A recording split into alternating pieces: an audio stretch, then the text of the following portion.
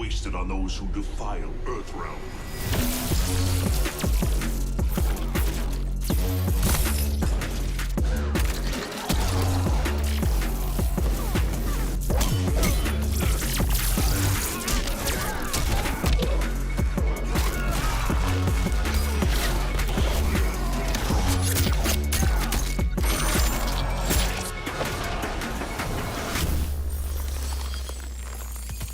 I'll pick your bones clean. Savagery is no match for skill. Yet again, Liu Kang, you've chosen the wrong destiny.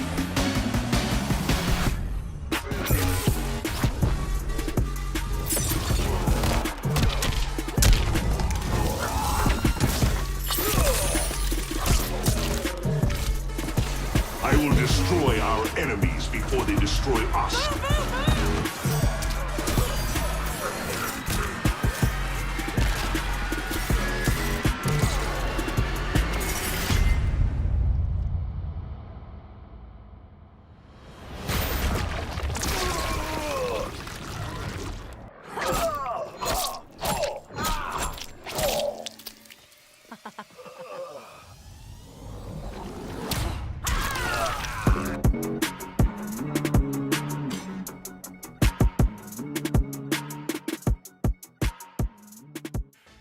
Dudes, Mortal Kombat 11 has finally arrived. The day has finally come, and we got a great look at gameplay, fatalities, the gear system, and a newcomer to the cast called Geras. Whole bunch of information to cover and competitive gameplay from some of the best players on the planet today, so let's dive right in. And I'll say immediately, one of the first things I noticed was that the pace of gameplay and visuals share a lot of similarities with Injustice 2, maybe even more so than MKX. There's no running. There's less armor and less launchers from special moves and strings, and the devs themselves outright stated there's actually going to be less of an emphasis on combos. Now obviously, players like Sonic Fox only had maybe an hour before the stream went live, before they actually got on stage, so they weren't going to be busting out 15 hit 40% combos with the time they had anyway, but that's a pretty interesting design decision that I wasn't really expecting. From what we've seen so far, it seems a bit slower paced than Mortal Kombat X. The visuals and animations look fantastic, and there are a ton of new mechanics as well, as you might expect. One of the biggest changes we've seen so far is that the meter system tied to breaker and special moves has been completely overhauled. Previously, it was all tied to the same resource, but now you have offensive and defensive meter. The bars have been separated. Defensive meter allows you to do stuff like quickly roll away from an opponent on wake up, while offensive meter helps you deal more damage by lengthening your combos or enhancing a special move. And instead of being tied solely to damage or aggression, both bars of meter will actually recharge all on their own. So it's going to be available quite a bit, basically more readily available than we've seen in the past, but because of that, it isn't going to be quite as powerful. It won't translate into as many of those massive combos we saw in previous games. X-rays, which required 3 bars of meter to perform in both MK9 and MKX, have been replaced with a new mechanic called Fatal Blow, a brutal special move that becomes available once you drop below 30% HP and can only be used once in a match if it connects with an opponent. If it gets blocked, you might get another chance at using it after a lengthy cooldown period, and they look sick. The design on these are incredibly cool, and thankfully, we'll be seeing them a lot more come April because it's no longer going to be tied to that main resource that controlled everything like in previous MKs.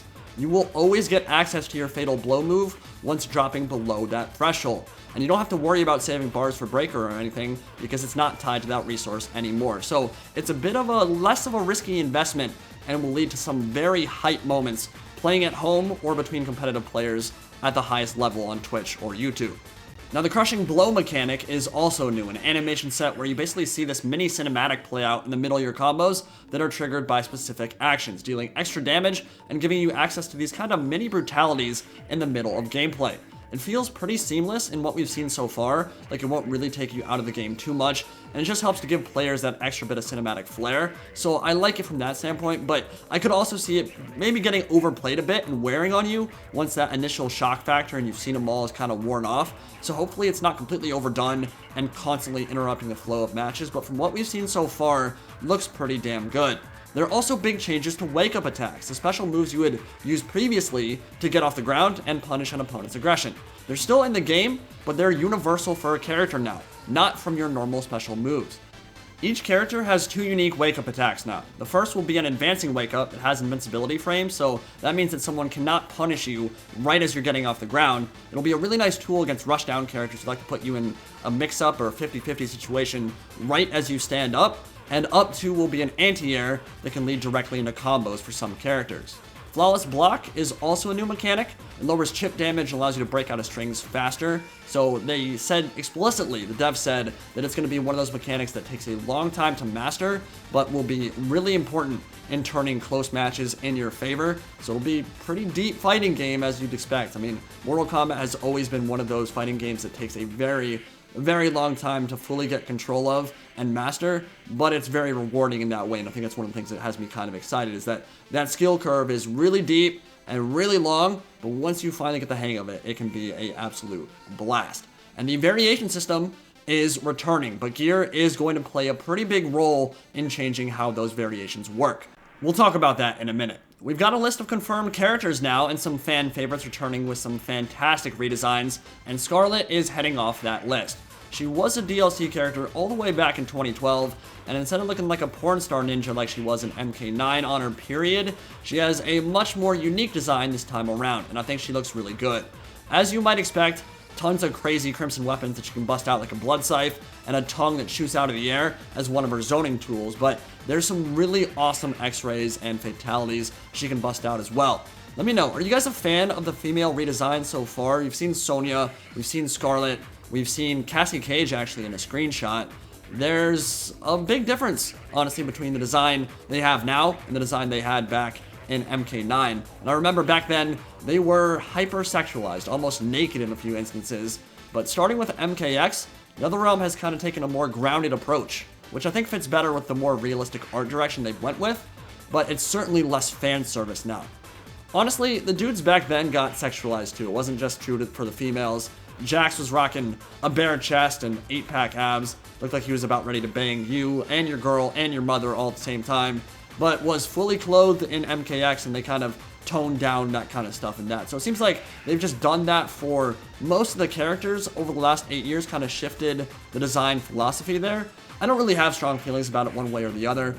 At the end of the day, you're literally like chopping people's faces off and pulling out their intestines, so naked bodies are by far the least offensive thing you are ever going to see in an MK game.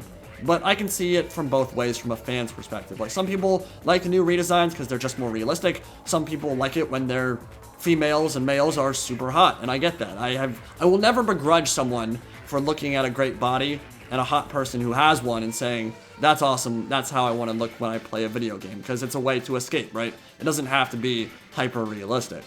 So there are lots of other characters at the moment that were either hinted at or outright confirmed.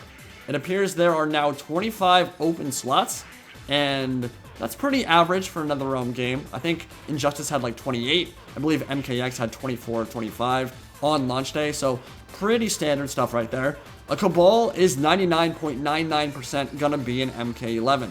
We actually saw a very small hint at him as he dashed across the screen for just a split second in his classic black and silver costume, and he had hook blades on his back, so we know it's him, but that full reveal will be coming on January 30th with Kombat Cast, so not ready to unveil him quite yet. We didn't see him in action, but looking forward to that because he's a classic character. And remember, he was literally the best character in MK9. S+, amazing character, rushed down for days, amazing zoning, like way too strong, honestly, but he disappeared for MKX. He did not show up, so it'll be nice to see him return.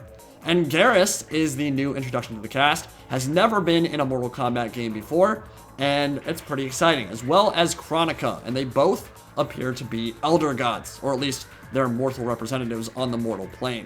Now, Geras was the Greek god of old age, and in MK11, he appears to be the sand and rock elemental with a heavy emphasis on grappling. He has a command grab that can carry you full screen all the way to the corner, which is pretty dope, and a lot of cool hammers and illusions that he can summon, and he has a teleport as well, so some mobility there. Kind of a mix of Tremor and Jax in terms of his grappling and special moves.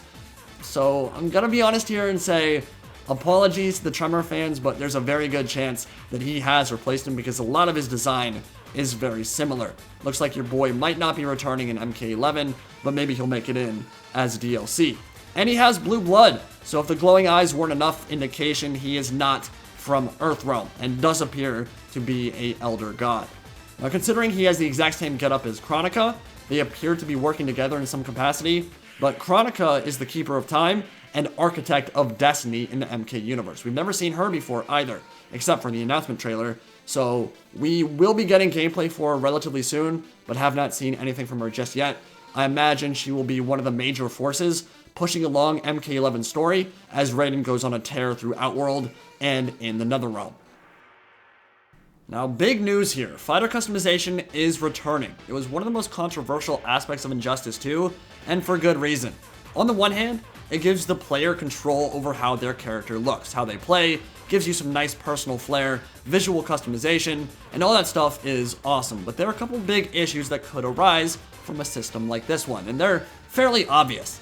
I didn't play Injustice 2, but from what I understand, gear wasn't just visual. It affected how your character played, gave you access to different special moves, and was RNG based in terms of what you dropped, which is, or can be, a huge issue because it means that some equipment is simply going to be better than others, and if you put like 500 hours into a game and don't unlock what you want, while someone who puts in like 50 hours unlocks the top tier stuff, that feels pretty terrible and can make players stop wanting to play the game. I think there was some controversy and backlash associated with this system in Injustice 2, even though it didn't affect ranked matches, and that kind of makes sense, right? Honestly, you don't want to be at an inherent disadvantage just because someone has played more than you and unlocked more stuff for a character than you have. If player skill is what's causing the difference, that's completely fine. But when you're the exact same skill and someone has a clear advantage over you just because of their gear, then things are kind of an issue.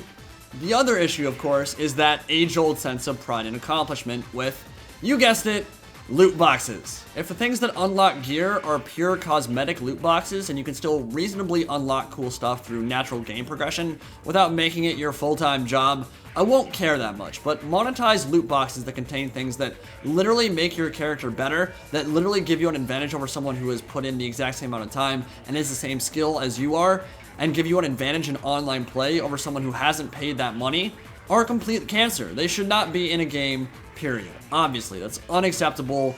We're not gonna like that if that becomes a thing.